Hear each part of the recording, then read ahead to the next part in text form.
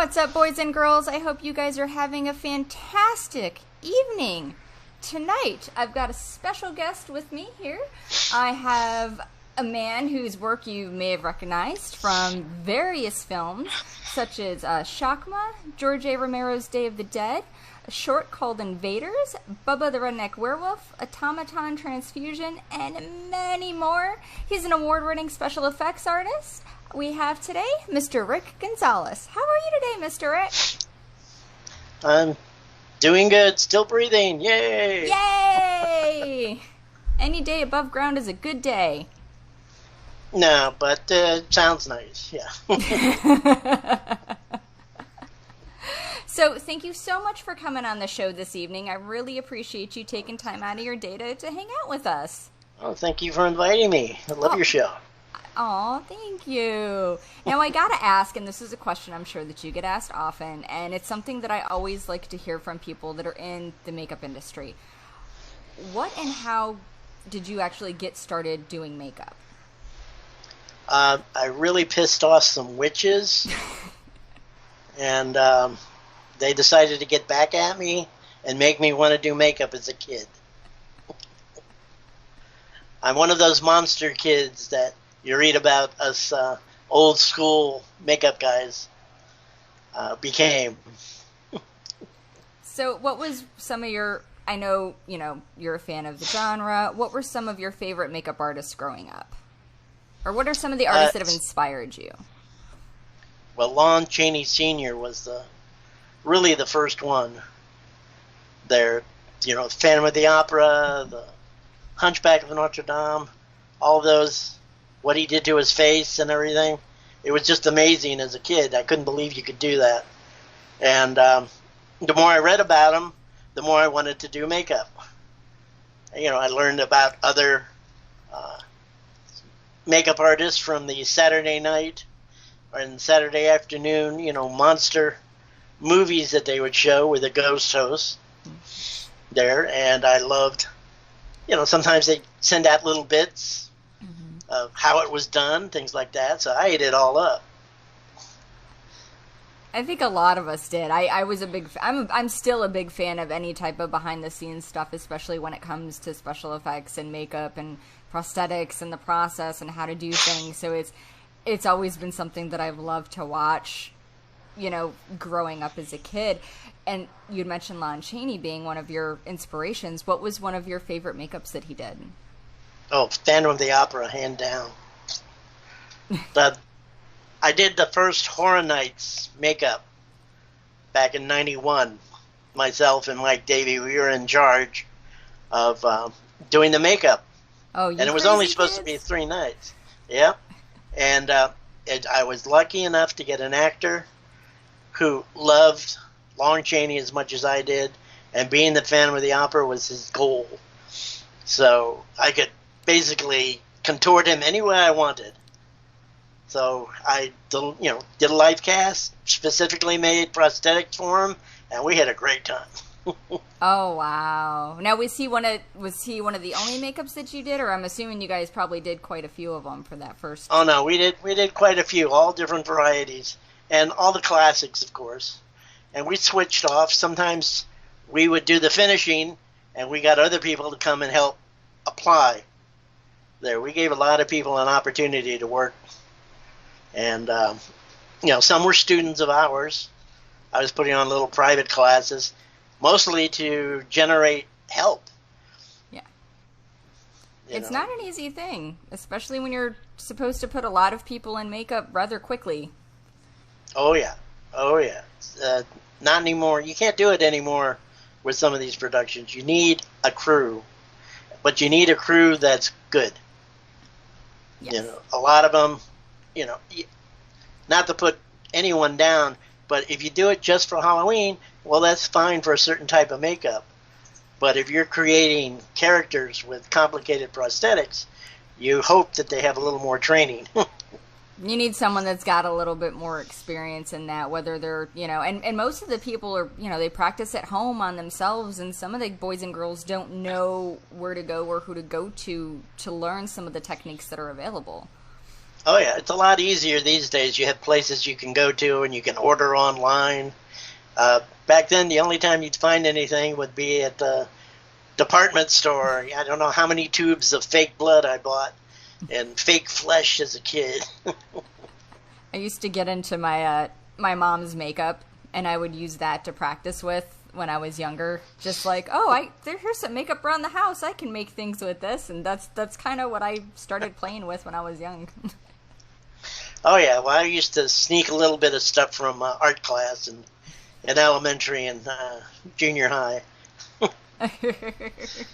You know, a lump of clay here, a little bit of paint there. Then just take it home and start practicing with it. Oh yeah, I was. My GI Joes never looked like GI Joes when I was done with them.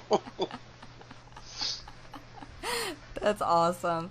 Now I know you've worked on a number of films, and I know you've got some that were distributed here in the U.S., but you've also have some that were distributed outside of the U.S. Yeah, a lot of times, believe it or not, a lot of foreign to us production companies would come over here to shoot a film so they could have the American background, American, actors in it, because they sold better as far as watchability in Europe and in Japan. And you'd get to work on those, but then of course, when you finish, you never see them again because they're only distributed in Europe and Japan and areas like that. They never make it over to the States. Nowadays they do, which is amazing. Some of the ones I worked on that I thought I'd never see have finally made it over here, but those were the 80s VHS notorious movies. Everything was shot on tape. Do you like watching some of the work that you've done throughout the years? I know there's some artists who don't like to watch it because they start to nitpick. Are you one of those, or do you enjoy watching the things that you've helped to create? I enjoy watching them. I miss the camaraderie that the group of us had to get it done. And I like to see how it came out, how it looked. Of course, I got to see a lot of mine on the big screen at the theater house. Nowadays, you can only see them on your 50-inch TV if you're lucky. Yeah. Not quite the same, Yeah, it's a little different. I do have a question from the chat that's actually going to tie into one of my next questions, so this is great. Friend Brian is asking, what's one of the things that you're most proud of that you've created? Well, I got to go with my zombie for Day of the Dead, my army zombie for George Romero there and Tom Savini. Let's pull that up real quick. Hold on just a second. Here we go. Now here on the left is the zombie that you created, and then I've got a shot with you there surrounded by them. Right. That was, we were shooting in Florida, down the west coast there at Sanibel Island, which wasn't far from where George Romero had his summer vacation home. And they had all these zombie prosthetics, and they said, do whatever you want, so that way they don't all look alike. They've been using them through the entire film already. Oh, wow. So I took mine, and I created this look, and it actually scared me as I was finishing up, because, Howard Berger would come over and look at me, and he's staring. Didn't say anything to me, just staring at it. And then he'd go over and grab one of the other guys. Come over, take a look at this. And then I'm beginning to think, oh, great, I messed up. Something's wrong. And then Tom comes over and says, Rick, okay, George and I have picked this guy for tomorrow. And he was only supposed to be a one-day zombie. And so it's like, can you do this again? Well, yeah, I can do it again. And I was terrified. Just like, oh, my God, I got to try and do this again. And I had to piece it back together because, of course, I picked the last prosthetic. They didn't have another, but I found enough pieces from other ones and was able to recreate it. So it was like, whoo, close call.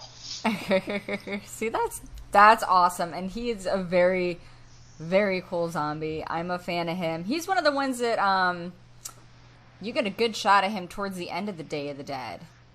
Where he's going in to eat, what is his name? Miguel. At the very end of the film. Yeah, he's got his own close-up. There, him and the other gentleman. And there was a bit of a rush shoot there. Because the actor playing Miguel, he's getting, he's all bound up. Arm behind his back. Things like that. And all the monsters, of course, are grabbing on him and pushing down on him. And they were very enthusiastic. And the one that bites into his chest bit a little too hard. Oh, no. But he went with it.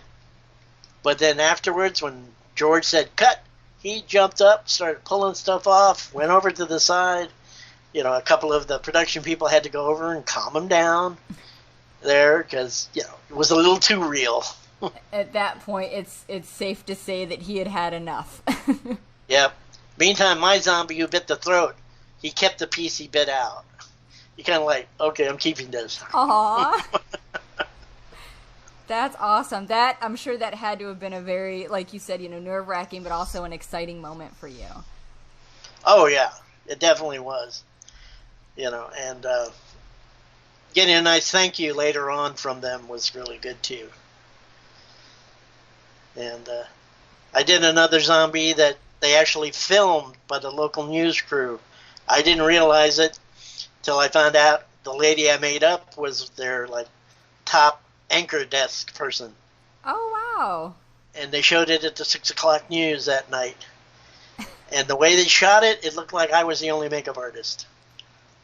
Oh, yeah. You got a little spotlight on you then. Oh, yeah, and the next morning I felt it, too. Hey, aren't you that makeup artist we saw on TV last night? Wow, you do such great work. I was getting ribbed really bad. And then Tom Savini comes up, puts his arm around me. Ha, Rick, saw you on TV last night. You did pretty good. If that had been national news, you'd be dead now. It's not my fault. After that, I made sure you're not on the news or anything, are you? No. I mean, we've kind of been on the news, but Yeah.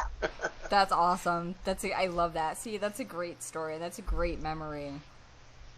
But it also helped create good friendships with the rest of the crew there. Everybody who was from California, makeup crew there, were the nicest people you could ever meet. And it started a long friendship between Howard Berger and Greg Nicotero and I.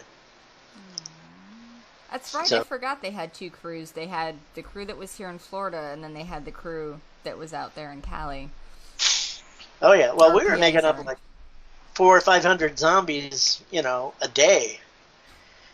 A lot of them were, pull-on masks that were in the back, but we had to make up a lot of, fill zombies. Others were done the makeup, and then we were part of the A group that did the prosthetics. And how many zombies did you guys end up doing for that? I don't expect you to know the exact numbers, but roughly. No, it was in the hundreds. Wow. They even had a contest, which can bite you in the butt sometimes when they do that. Another zombie movie I did, they were advertising on the radio, come down, be a zombie. Well, they had a very limited budget of makeup. And it's like suddenly, hey, Rick, we got 20 more people for you to make up. What? Oh, wow. We did a lot of makeup stretching. So, yeah. Hey, guys, you're on a budget. Remember that. Right? This isn't free. I'm sorry. Supplies is not given. No, not at all. That's awesome. So now I was wondering, while we're chatting, what was one of the most challenging makeups that you've had to do? Was it that one and having to recreate him almost perfectly from you did the day before, or were there others that were a little bit more challenging than him? On that one, he was the most challenging to do. Most of the others, we were allowed to do whatever we wanted, just don't make them blue. No Dawn of the Dead blue? Right.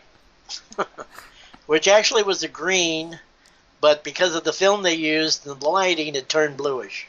Oh, I did not know that. So, yeah, in the old days, we used to do makeup tests to see how the color, how everything looked under the lighting and the film stock we were using. And that's why Frankenstein was green.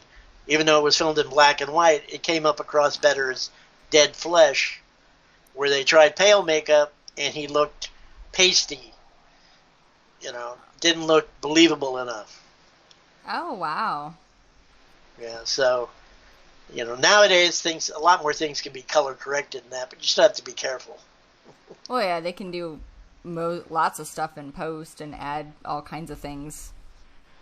Yep, you have to study your how they're going to film it to do a good job. Even beauty makeup. A lot of reds, when HD got going, turned orange. Oh. So they had to change the colors on that so they didn't look, you know, clownish. No offense, Kate.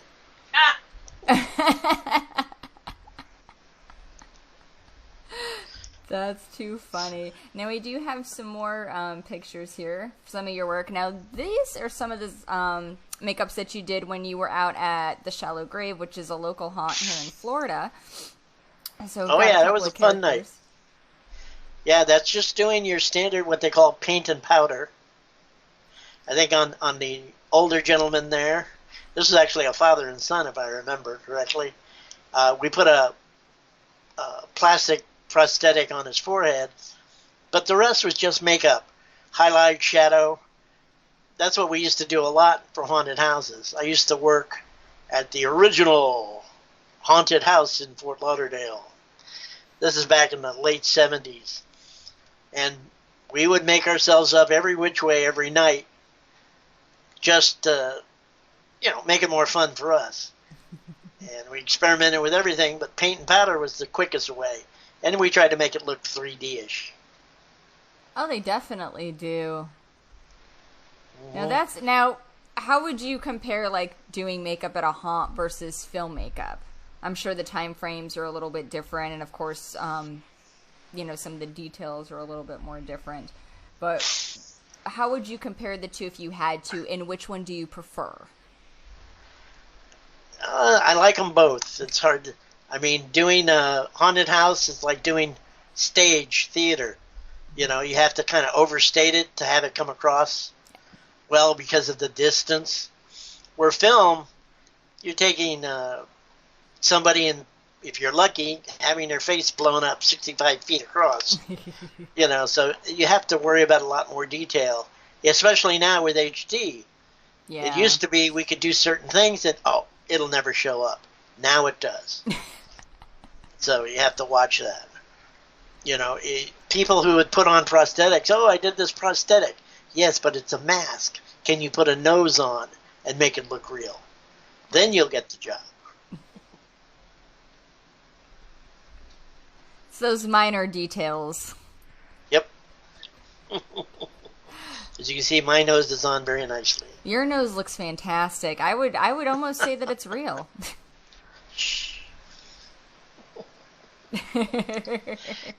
Anyway, but yeah, a lot of people who do makeup for haunted houses and get an opportunity to do film, sometimes they overdo it, not meaning to. It looks good to them, but on camera it really picks it up. And they're used to doing the haunt makeup, which a lot of the times is thicker because most of it is in the dark. Yep. But one time I did a makeup. I was working for a gentleman who was a longtime actor. If you ever saw, anyone ever remember out there, the Dukes of Hazzard? Yes. He was the sheriff there, and I got to work for him, and he was just switching all his stuff to doing HD commercials. That was his production company. They're doing all sorts of local and national commercials. And the first time I worked with HD, I was doing my normal makeup thinking, it's going to look great. Yeah. Then when I saw it on the monitor, especially like the rouge and the contour makeup, it looked like I slapped the hell out of the poor girl. Oh. So I'm running and jumping through the lights to get to him to wipe stuff off. My hair person's looking, and you could see every hair sticking up. So we had to go and run in there and spray and take that down. I was amazed on how much detail showed up. It's definitely a different world. Yep. Now, I know you've had quite the slew of people in your chair over the years. What are some of the favorite people that you've had sit in your makeup chair? Well, let's see. If anyone can remember an old TV show called Night Court. Yes! Richard Mall, who played Bull. Really? Yeah, he was a lot of fun. You know, Richard Hurd, who recently sadly passed away. He was in a lot of TV shows and movies. To see him, you'd know who he is. Okay. One of the favorite makeups I saw on him done was he was the alien leader in the TV show V, who gets half his face ripped off. Oh, that's right. And he's a lizard underneath. You know, so doing his makeup was fun. He had great stories. Marina Sirtis was nice. You know, from Star Trek, The Next Generation. Yeah. And William Forsythe was fun. You know, he definitely knew what he wanted, so you didn't argue with that. But he was a fun guy. Scary at times. Don't make him angry.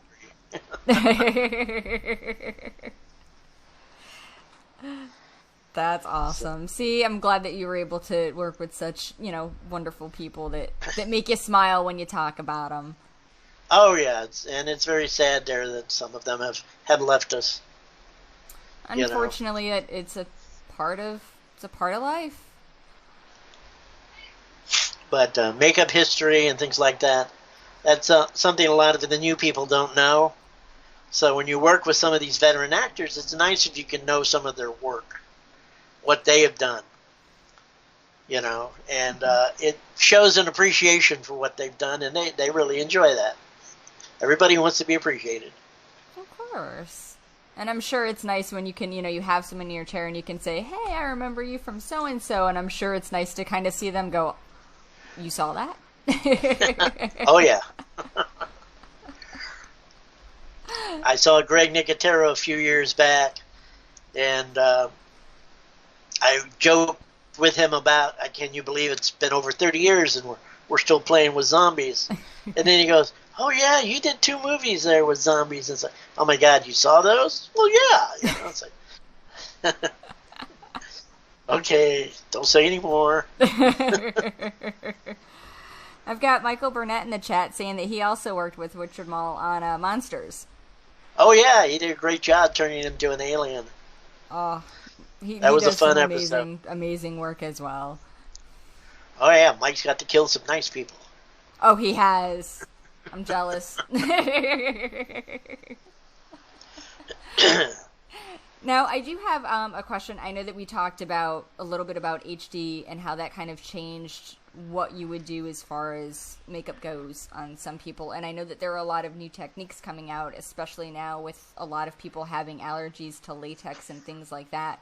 What new techniques are you using?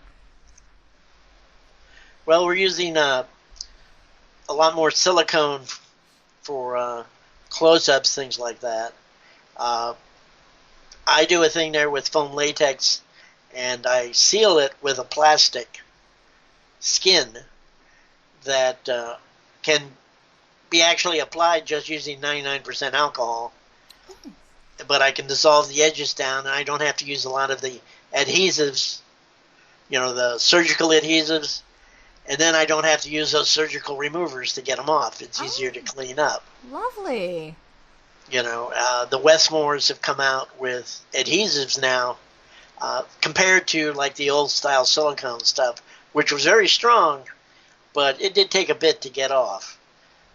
And a lot of people now are using the transfers they're made out of glue anyway, and they just press it on, and they hold relatively good. But foam latex still gets used a lot because it's stronger than the other guys. It holds up to more abuse, which sometimes you need. I've had to make up a lot of stuntmen there, and they're running and jumping and everything else with the fights, where if I had done it in silicone or something like that, it probably would have fallen off, no matter how much I glued it on. Right. especially in the Florida heat. Yes, I used to get a lot of calls to work on films because I knew how to handle the temperatures and humidity, which is not fun in August. No, it's hot in August. But that's fantastic. So it's an ever-changing thing, makeup is. You're always adding to it, and it's always evolving in a way, and there's always new product coming out, which is great. And there's so many fantastic alternative for people that have allergies, whether it's to adhesives or to, latex and things like that now. Yeah. People need to learn more about skincare to be able to work around these problems. And also, that's the only way you really got to go and do it. Know how to take care of the skin when you're finished.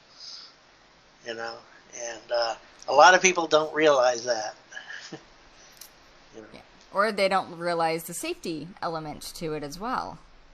Oh, yeah. Well, I had a lot of actors that say, oh, well, I'm going to go home and take this off. No! Just go home and rip off half their face, Oh, yeah. Literally take layers of their skin right off with it. Yeah. When I did disaster drills for the state of Florida for a while, I did everybody in gelatin makeup. Even though it was hot, I knew they could take it off real easy. We didn't use a lot of adhesives. Just the stickiness of gelatin stayed on them long enough to do the bit. Oh, nice. I'd get a lot of stories back, too. Hey, you never guess what happened. I was driving home with my makeup, and this police officer... All right, that's it. I don't need to know anymore. I'm going to stop you right there. Yep. Oh, no. I don't know you. I never saw you before in my life. That's too fun. I've got a couple people chiming in agreeing how hot it is here in Florida, especially in December. It definitely is. I don't think it's ever not 1,000,000 degrees, except maybe that 1 week a year that we get. Yeah, there was one time I actually had a large mold that had to be baked. I put it in the back seat of my car and let it cook in the car. So. Really? Yeah, it cooked. Goodness. It came out. My car smelled like rubber for, a few days, but it worked. That's how much heat we get. Yeah, I don't think people realize exactly how hot it can be. So if it's hot enough to do that, then it's hot.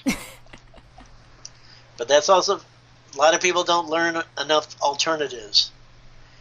JD and I worked on one show where a woman with skin treatment she didn't tell us about, makeup we did on it was starting to burn. Oh. So we had to quickly clean it up, and we switched to another makeup without using that material to create the same effect.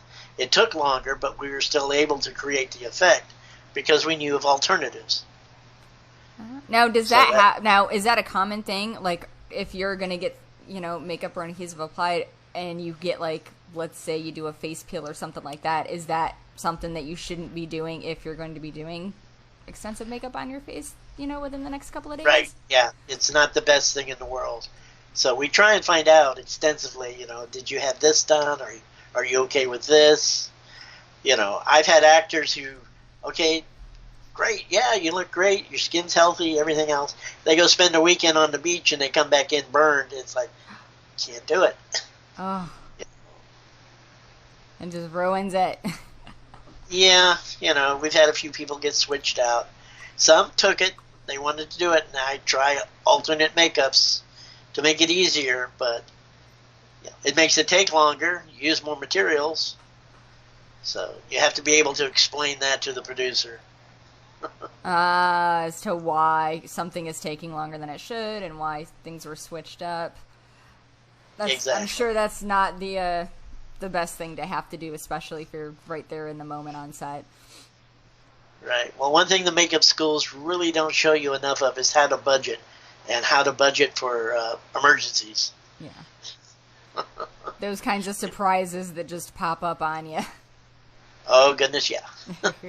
You're getting lots of love in the chat. We have Christine. I'm going to butcher your name, honey. Christine Oneski saying thank you for giving her first break. We got Cynthia Roy chiming in, saying how much she loves ya. So you're getting all the love today. They're great artists. That's awesome. So you've got Christine was my baboon makeup artist. We did Shakma. Oh yeah. Yeah, he took a lot of work. He was very demanding. He really was.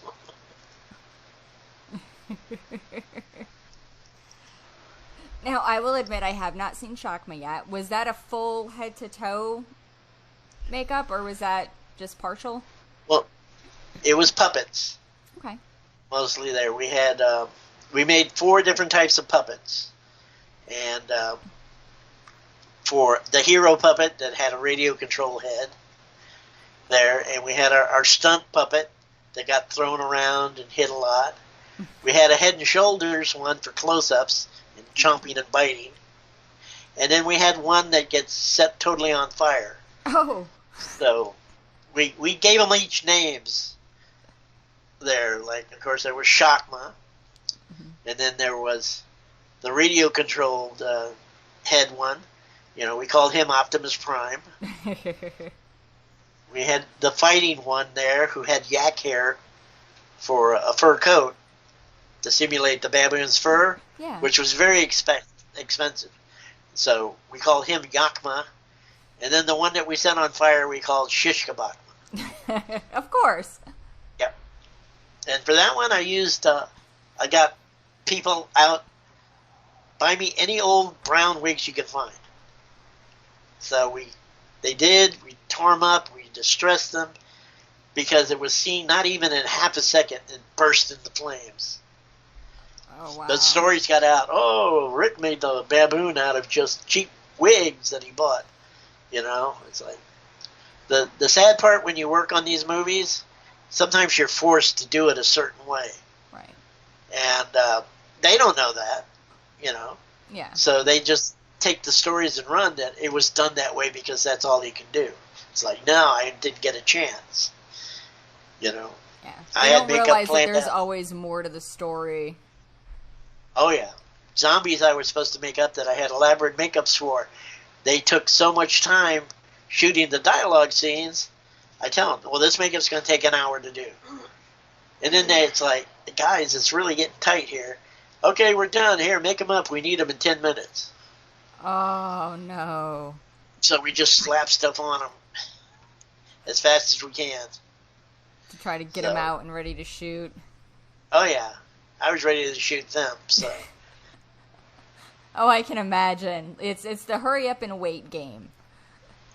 Oh, yeah. It's not like theater, which I love doing theater. A lot of people should do theater because of the mass array of characters you can be doing with beards and noses and wigs, things like that. But you're in a set time frame, so you get it done.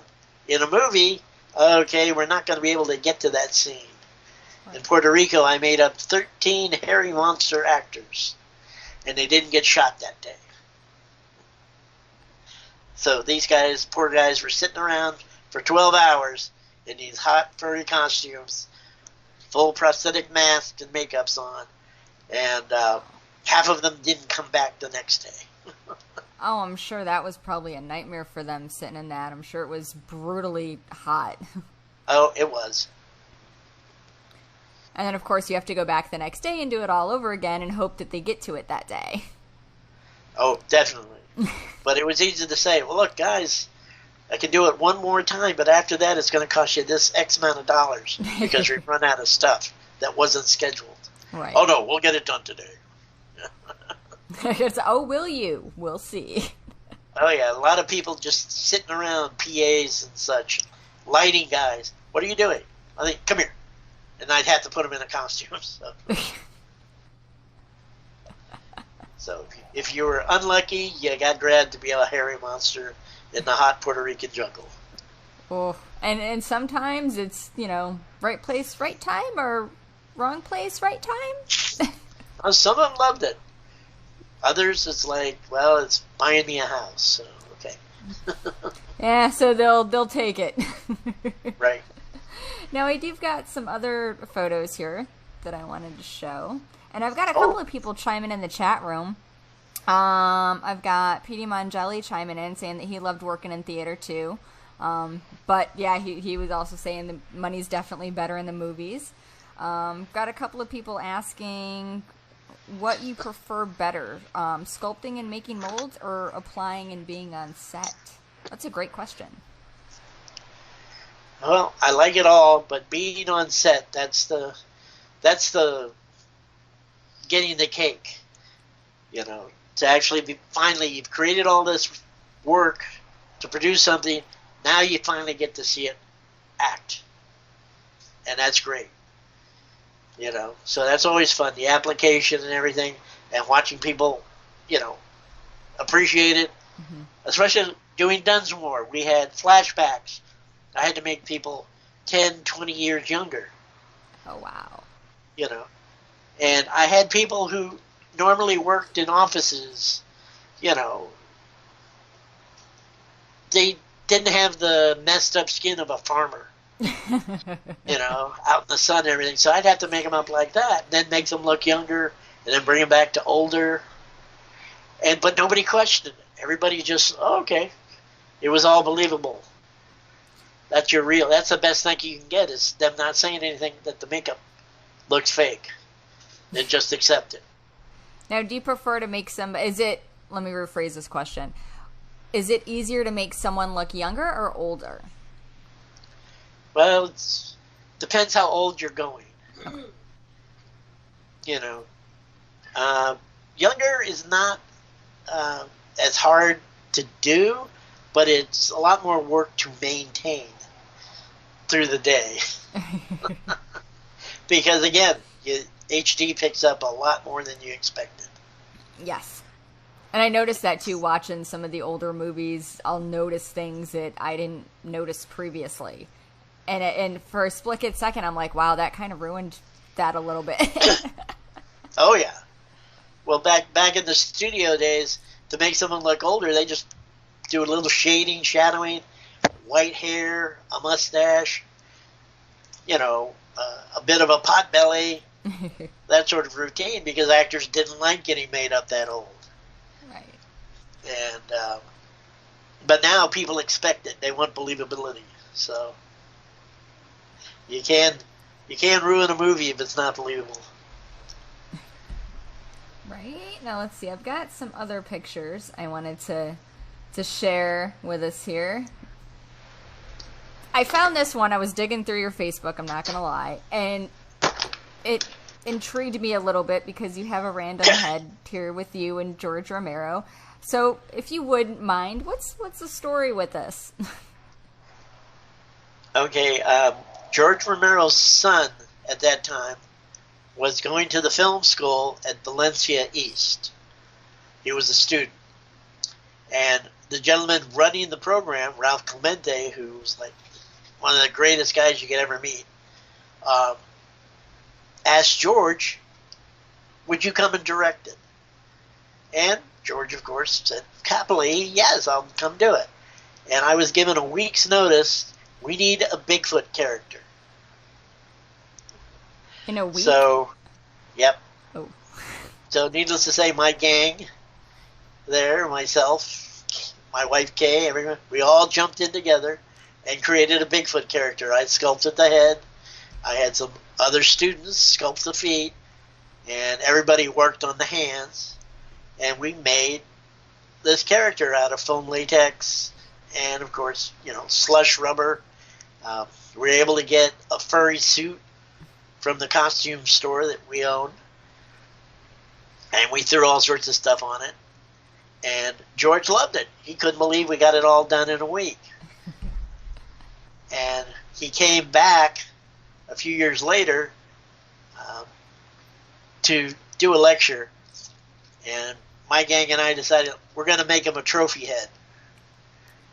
That's awesome. And that's what that is. So it was a trophy head of him, there we made out of urethane, had glass eyes, the wig, yak hair, stuff like that. And George loved it. He thought it was great. Oh, and of course, beautiful. just for me, I put my name and phone number on the bottom. So, you know, you always can get me here. This is how you reach me. Just call. Oh yeah, we had a lot of fun there. And of course, because of my zombies and that, George remembered me. Yeah. So that's always nice. And of course, great stories. Every time I meet any of these people there, my film heroes, you know, I ask a lot of stories. Did you do this? Or how was this person to work with? And why did you do it this way? You know. Yeah. You think I was driving Ray Harryhausen crazy when I met him after he had done Clash of the Titans. But I had a lot of technical information that he was happy to share. So if you don't ask, you're not going to know. Exactly. And a lot of folks love talking about their work and sharing the information. And I personally, I eat it up. I can't get enough of it. Yep, it's especially fun too if you've worked with some of their friends. There, you know, they'll tell you maybe a few little jokes there that maybe they didn't really want you to know. I'll never tell. Right. That's But our I have secret. pictures. Wink, wink, nudge, nudge. Yep, but I have pictures. That's another story. So. Oh, you've got evidence. But, Now I've got yeah, it's sad the way Florida's getting, though, or has gotten. Used to be a lot more film work here. Sadly not anymore. Yeah, it's all gone up to Georgia, it seems like. Well, also to a lot of other places, too.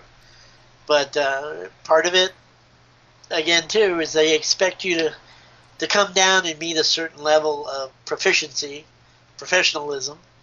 And not that there's bad people here, but they may not have done enough yet. Right. And they could. They could if they just get up and do it. Yeah. They're to show, not show the same old portfolio that every other makeup school might have. Got to go out and do stuff, even experimenting. You know, I experimented a lot. And that actually leads me into another question that we got in the chat here. Someone was asking if you were to give guidance to someone that was just starting out in the field of makeup and special effects. Is there a school or anywhere out there that you would suggest they take a look at or they attend even? They're all pretty much the same. You know, as far as the curriculum goes, It is a good starting point as far as a mass of knowledge you can get together in one shot. But you need to check out who's teaching and what they've done. Because a lot of times you can learn a lot by watching the way somebody does something as opposed to the way this person does something. Right. There, so you got to see what sort of knowledge they have to back them up. But you just got to get up and do it. Got to get up and do it. Learn all your materials. A lot of the things I make for movies there has nothing to do with makeup. You know, they get to make a lot of props. Here's one of my favorites there. See it? My fun hammer in the head gag. That's lovely. Made out of foam and out of a silicone mold. It got used in about, I think 4 movies now. Oh, nice. There. The old, of course, Tom Savini's favorite. See it there? Ah, yes. Put it down in there.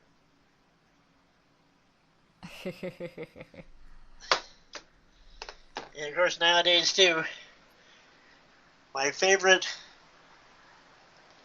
bullet hit compressor here, air cannon. Can you see it?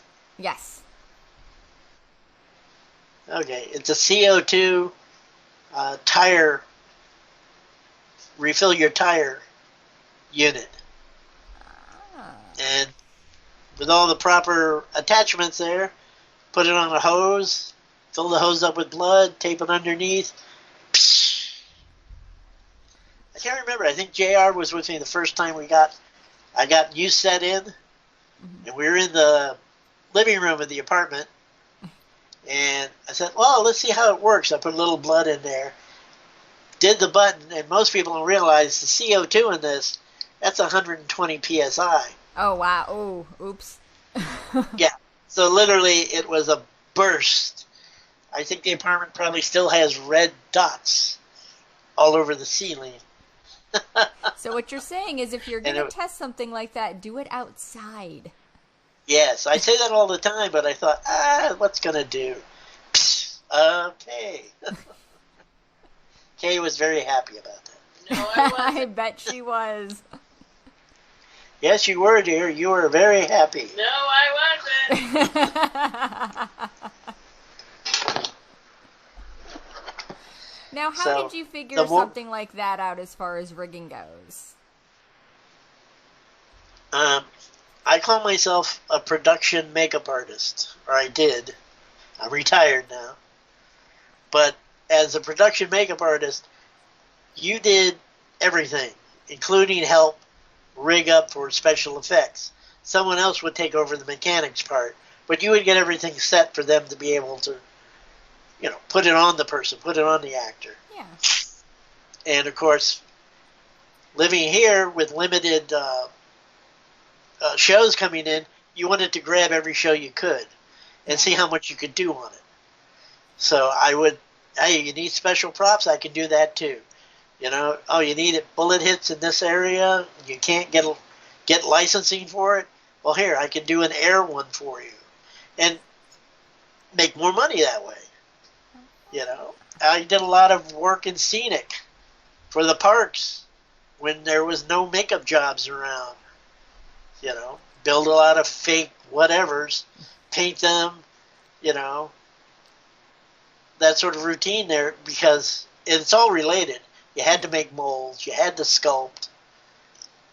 So the more you can do, the more work you can get. Now, if you join the makeup union, they don't like that. No? So no, they want you to stay doing makeup. I can put hair on a face, mustaches, fake hair up front and everything, but I can't do any hairstyling or hair washing or any big, wig things that go on. That goes over to the hair department. Okay. So it can limit what you do. Of course, if you work anyway. But if you're in a limited area, if you can do it, if you can learn about it and be able to do it well, I say go ahead and do it. I've got a couple folks chiming in the chat. I've got some people saying how awesome air effects are. I've got JD saying that there's nothing like trying to rig blood gags on bodybuilders that are covered in lotion on their chests. Oh, yeah, that was fun. Yeah. Sometimes it's just like, if you could pre-warn them all, we need to make a pamphlet for that. No, don't do this, so we don't have to do this to you. Oh. Yeah, we're wiping them down with alcohol and using the strongest adhesives we got. Or we're taking, Gorilla Tape, sticking it to their bodies. Oh, no. To stay on. Yeah. It can be quite a challenge. Oh, I can only imagine. That's for sure.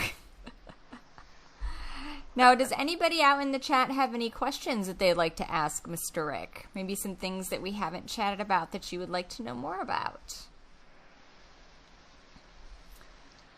Dun, dun, dun, dun. So was that like a common thing that you'd have to do, is make sure that, if you're rigging something like that on someone's chest, would you have to automatically wipe them down first and foremost before you'd stick anything on them? It helped a lot, to do it. That's just where knowing your skin products to help remove it, treat their skin afterwards. Gotcha. So if you're just getting into makeup, learn your skin products, learn your beauty makeup, learn all the things basically, because you will need them at some point. Oh, definitely. I worked on Swamp Thing, the TV show, for a little bit. Nice. and we had to make a rubber like ball cap that looked more like a diving hood because he was wearing the makeup, sometimes 5-6 days in a row. Wow. And it made his skin very irritated. So they had to change it to every other day. And the one days I put it on, I would make the cap for him. We'd glue it to the cap and not to him. And then I'd be on set with black and green makeup, jumping up and down. Dick Durock was very tall. I was going to say, was he tall? Yeah. So I'd jump up, or I'd have to wet him down. I had my own apple box so I could stand up tall enough to get him shiny, because of applying stuff every day.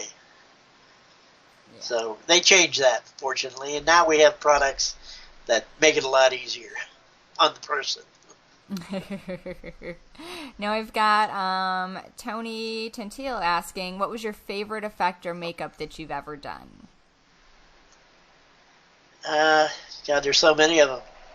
Tony's dad, Pat Tentile, was a great makeup guy and technician there with effects.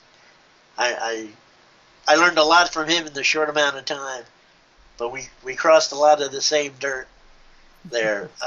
I guess my best one was always, our favorite one, is always doing the bullet hits in the head. Where you had to have not just the back head explode, you had to take the front off too. Oh. Setting those up. One movie we did, we had to kill a poor lady with a drill going into her head. They're showing the drill spinning, then tearing through the flesh and blood going everywhere. I had to make a rubber bit there. I made a plastic plate with tubing that we hid in her hair. She's lying on the ground, and we used makeup wax to blend it all in. Okay. And we shot at a certain angle so you didn't see the bump. But when that rubber drill spinning touched the wax, we hit the blood bump, and she almost drowned. Oh, wow. We're at that. So I was only expecting a little bit. No, this is a horror movie. You're going to get a lot. Exactly. That sounds like a lot of fun.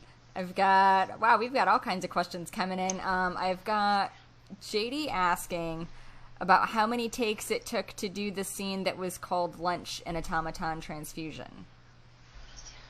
Let's see which one. You guys said lunch? Yes, how many takes it took to do the lunch scene. Oh, no, we did it pretty much in one take there, but then we had to do a bunch of close-ups. Different angles where we had to stuff everything back around, put things back on real quick. A lot of the body parts we bought, they were Halloween body parts, but we had a very limited amount of time. And people make things. There's no reason that you shouldn't buy their stuff to use. If it's going to save you a week's worth of work in pre-prep. Yeah. And I've just coated it with upholstery foam, very thin upholstery foam, painted it with floral paint because floral paint sticks to the rubber nicely. Okay. And on camera, it looked just like skin. So instead of me having to bake a bunch of fake foam latex skin, we just wrapped it around there, painted it, bloodied it up, and it was thin enough that our actors could rip it apart. Nice. It was actually pretty effective, and it looked fine on film. Nice. Of course, it is funny to see a bunch of people in the corner underneath the tarp gluing skin on all these exposed body parts. That had to have been quite a sight, I'm sure. Oh, it was. We spilled so much blood in the set area that our lead actor actually slipped and fell. Oh, no. And I was like, oh my God, he's going to break his butt. But no, he kept going. He went on it. They even had it in the film of other zombies slipping and falling. That's how much blood we were pumping. Wow, you guys were using quite a bit then. Oh, yeah. Gallons and gallons. See, I love those. Are probably some of my favorite types of horror movies where there's just copious amounts of blood everywhere. To the point where it's almost comical, even though it's not fully meant to be. Just the sheer volume of it is just like, wow. Well, we had a girl in there get her jaw ripped off. Ooh. Every time I do a movie and I read through the effects, I'll keep one or two for me. Those are mine. Those I'm going to do. Well, we did the setup, and it had been a very bad day. You know, a lot of things were taking longer. It was so hot. We were all sweaty. We wanted to get it over with. This girl, she's in bed. They get attacked by a zombie, and the zombie grabs her and rips her lower jaw off. Nice. So we're doing it. I'm under the bed with the blood pump. I gave one of my other people the video camera, please videotape this. But when they started going through it and doing it, everyone was just like, oh my God. And we ripped it off. I could hear the director and the producer at the other side of the house screaming, yeah, oh my God. It made everybody so happy. But I never got it on video. Oh, no. It was like a year before I finally got to see it on film. And which film was like, that did it work? in? That was Automaton Transfusion. Okay, I still need to watch that. There's still quite a few movies that I've got to get to. That's for sure. Yes, you've been neglected too long. I think I blame JD. I blame him too. We're gonna have to have a talk after this. Yep. I'll hold them down if you need. You know what? I appreciate that. I may have to take you up on that. Now I've got some more questions. I've got someone asking, Farah, Mike asking, do you prefer human-looking effects like aging, or do you prefer creature effects like fangs or hair, things like that? Again, it's like I like them both. Doing old age makeup is the most gratifying, I guess, because you're trying to simulate the real. And I did one show one time for theater where I did an extensive old age makeup on a gentleman. It was the Sunshine Boys, if you're familiar with that. I am not. It's about two vaudeville actors trying to do one last act in their career. And the gentlemen were in their 40s at the time, and I had to make them look like they're in their 70s and their 80s. Oh, wow. For stage. But it was a very close stage, a very small stage. So it had to be a little more realistic. Yeah. And the show was a big hit. There was a community theater, and I was in the lobby during the end of the show party, and these two very sweet elderly ladies were talking that, oh, you see that gentleman there? Yeah, he was the star. Yeah, he's married to the director. Is this really? She married somebody that old? They just totally believed he was that age. That's fantastic. And that was the best thank you I could get. Oh, definitely. So a lot of people were surprised. They're married? They're that old? Those are the most fun. I mean, making fangs and things like that, putting beards on and stuff are fun too. Yeah. But like I said, if you put in a fantasy thing and you do a makeup, the makeup will look great, but it's still a fantasy. Right. You do something that's real or simulate real, and nobody says anything about it, they just accept it. I mean, then you hit a home run with that. You know it was good. Definitely.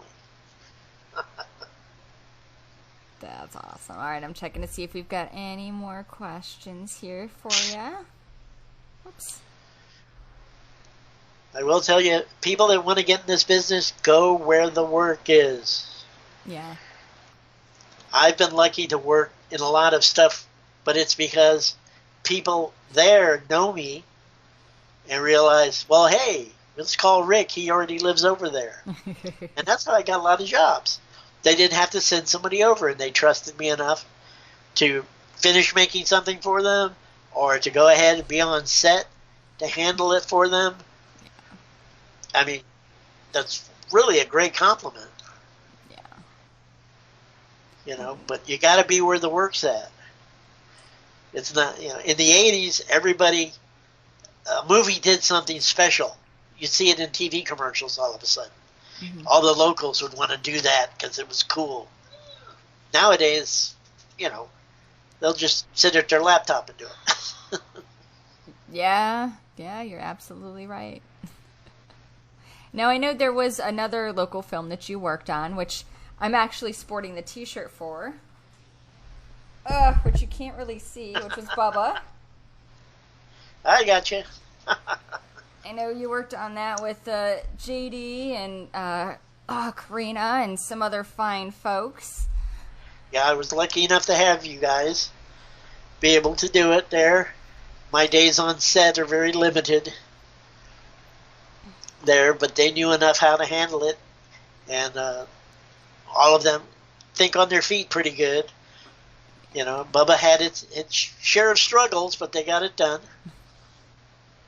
You know, it's such a and fun werewolf movie. Oh yeah, I think the guy who played Bubba was great. You know, and he had a lot of fun with the. If they can have fun in the makeup, it makes your makeup so much more. You know, it just makes it better. Yeah. You know, sometimes I get actors that, well, they're only there for the money, and they don't. You know, they see the monster, or the thing of effect, and they kind of scoff at it. You know, it brings everybody down. Yeah. You know, and it makes, you know, sometimes it's like, I don't think I deserve that sort of comment. You know, but they didn't know the work and things we had to do to get to that. Right. And things like, you know, Bubba, things like that, that's a rarity that it got made. Not in the fact of lack of talent or anything like that. It's just, it's very hard these days to get stuff made. Yeah. So, you know, it took a lot of gumption. Well, I know I appreciate that one, and then I know you worked on another one, and it wasn't a full-length movie, it was a quick short called Invaders. Yeah, that was fun. Yeah, it was a little hard to understand when I first read the script. And again, they had limited budget. I'd worked with the guys before. I liked them there, and we did the first part of it all. Used gelatin. Gelatin there was something that was easy to work with, affordable, you know. And anytime you get the chance to splash blood around, it's always fun.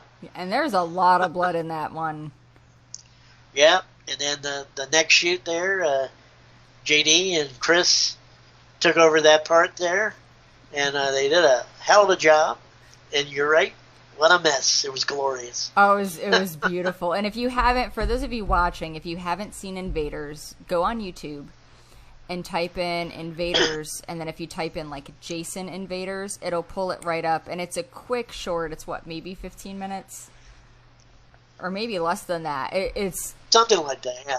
It really is great. I'm a big fan of it.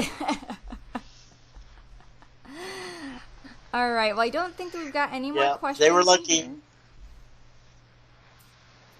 Yes.